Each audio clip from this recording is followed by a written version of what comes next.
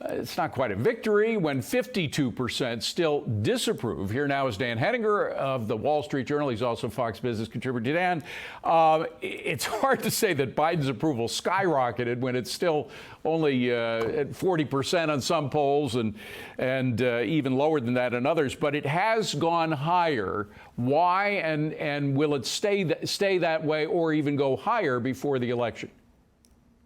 Well, I think the explanation's pretty straightforward, David, and I don't think it's going to go too much higher.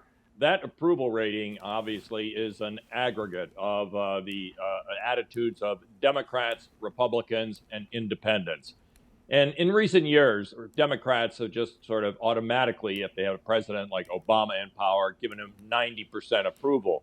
Joe Biden's approval among Democrats over the past year did fall into the low 80s, sometimes the high 70s. And that is what pulled his approval rating down so far. Even Democrats were pulling away from him. But since he passed this legislation in the past month, it's kind of ticked back up among Democrats. It's still not good among independents. It's very bad among Republicans. But even if it goes up a little bit more among Democrats, I do not see the overall approval rating getting much above maybe 42% before the elections in November. I'm thinking that what happened was he really empowered his base, the overall base. They were kind of disappointed at him trying to get away from his role in the crime situation, the economy looking bad. I mean, he was talking about it more. Frankly, the Trump raid, I think, really did energize his base, who hate Trump with every fiber of their being. And that was part of the way that he took the conversation away from the Main Street issues of the economy and crime and the border, et cetera. What do you think? I think he did at the margins, David, no question about it. Trump was back in the news with the Mar-a-Lago raid. But nonetheless, inflation persists, and it is eating away at people's incomes. Workers are getting raises, but the raises cannot keep up with the rate of inflation.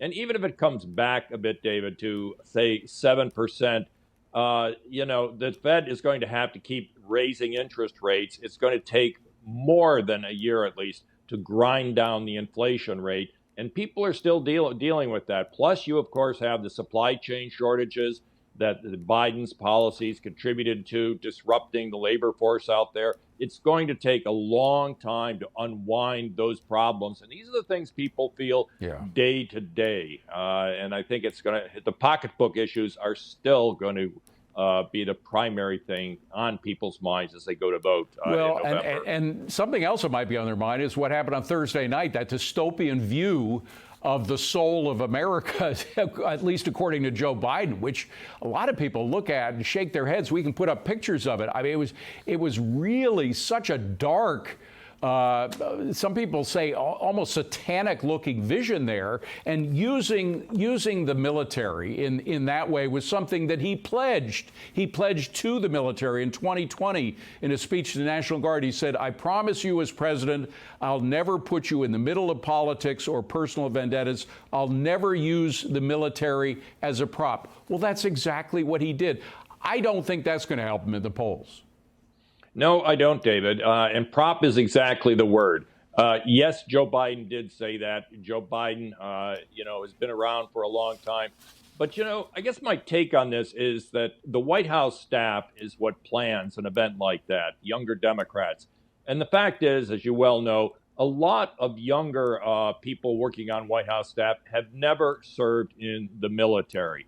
So for them, the Marines being used as a backdrop would be kind of an abstraction. They think, whoa, this will look good. It'll look military-like, or their concept of what looks like the military, without any real idea of what the Marines represent and why they should not be used as a prop in an overwhelmingly political speech like Biden gave last Thursday. It's interesting you mentioned the younger crowd in the White House now, because they probably felt the same about the student loan forgiveness, thinking that everybody would be in favor of it. It's more free things. In fact, it's backfired, hasn't it? It's backfired. The Wall Street Journal has a fascinating piece up right now this afternoon that the cost of this could be $1 trillion, contribute $1 trillion to the deficit. Wow. And that is with interest rates rising, which will make the cost of that debt forgiveness even higher for the American taxpayer.